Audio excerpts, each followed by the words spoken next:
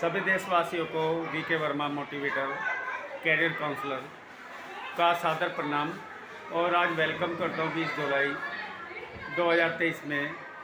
जैसा कि हमारा वर्कशॉप मास्टरमाइंड स्कूल में है और अभी हम यहाँ के जो संचालक हैं सुभाष सर जो एक कई स्कूलों में अपनी सेवाएं देने के बाद आज मास्टरमाइंड संचालन कर रहे हैं। इसके साथ एक शाखा जाजरू में भी है। और सर से हम सिर्फ इतना जानेंगे कि आज इस उम्र में क्या महसूस करते हैं, जो पहली पीढ़ियां थी, जो स्टूडेंट थे पहले में और में बदलाव, और क्या हम उनमें सुधार कर सकते हैं। सुभाष जी। देखिए, सुधार की बात ऐसी है सर कि पहले के समय में जो गुरु शिष्य का नाता होता था जी, उसमें एक गंभीरता भी थी, सरसता भी थी, सहनशीलता भी थी जी। आज का जो पेरेंट्स है वो बच्चे भेजता ज़रूर है जी जी जी। लेकिन वो सोचता है कि मैंने तो प्राइवेट स्कूल बच्चा पढ़ाया है, मैं तो फीस दे रहा हूँ, मैंने तो टीचर खरीद लिया है। जी जी। लगभग ऐसी सोच मतलब पेरेंट्स की बन गई है। तो मेरा यही मकसद है यहाँ बैठे रहने का। मैं बैठा हूँ अभी इस एज में, तो इस सोच को हम धीरे धीरे बदल रहे हैं। पेरेंट्स से बात करते हैं जी जी जी कि जो टीचर है वो आपके बच्चे का फ्यूचर बताता है।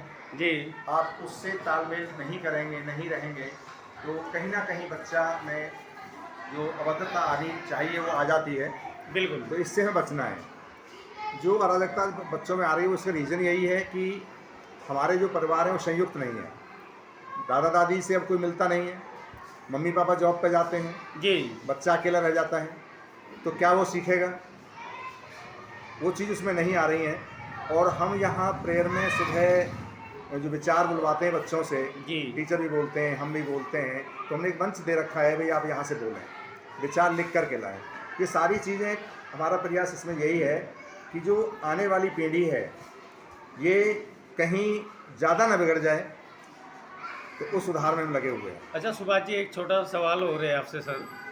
अभी मैं देखता हूँ कि जो बच्चे विदेशों में चले जाते हैं पढ़ लिख के, उसके बाद वो अपने माँ बाप को वृद्धाश्रम में दे।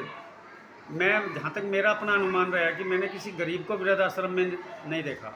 नहीं, सीधी सी बात ये है, बच्चों को पढ़ा लिखा करके अफ्रीका, ऑस्ट्रेलिया, अमेरिका में भेजने वाले वो दूसरों के कंधों पर ही शमशान घाट जाते हैं। जी जी जी। ये तो पता ही है, वो तो आएगा ही नहीं दाह संस्कार के लिए। जी जी।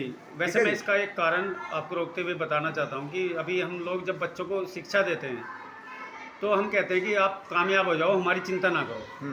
आप कामयाब हो जाओ, हमारी चिंता ना करो। तो कहीं ना कहीं बच्चों के अंदर एक भावना आ जाती है कि मम्मी पापा कह रहे हैं कि हमारी चिंता ना करो, हमारी चिंता ना करो। लेकिन उनको भी तो सोचना है कि मम्मी पापा वो भी बन गए हैं, और उस उम्र पर उनको भी जाना है उसी पड़ाव पर। तो मैं मानता हूँ कि जो चीज़ बार बार दोहराई जाए वो बच्चे के माइंड में बैठ जाती है।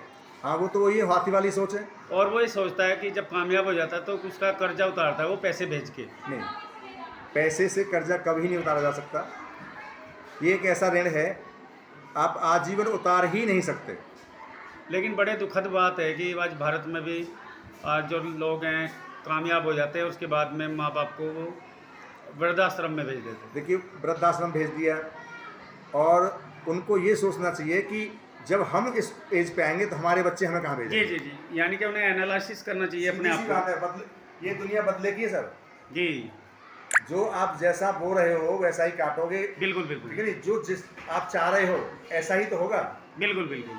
तो कहीं भी ऐसा नहीं है कि भाई आप तो मतलब जो है कितना भी कष्ट दे दो किसी को दुख दे दो, आपको नहीं मिलेंगे, ऐसा संभव ही नहीं है।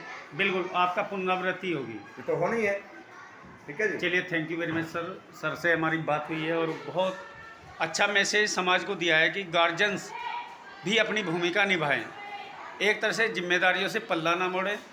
और एक बच्चे को, क्योंकि बच्चा 6 घंटे स्कूल में आता है, बाकी के जो पीरियड रहता है वो गार्जियंस के साथ में रहता है। तो गार्जियंस, परिवार के लोग बच्चों को समझें, उनकी भावनाओं को समझें, और ऐसे समाज भी सुधरेगा और आने वाला कल भी सुधरेगा। Thank you sir, thank you very much.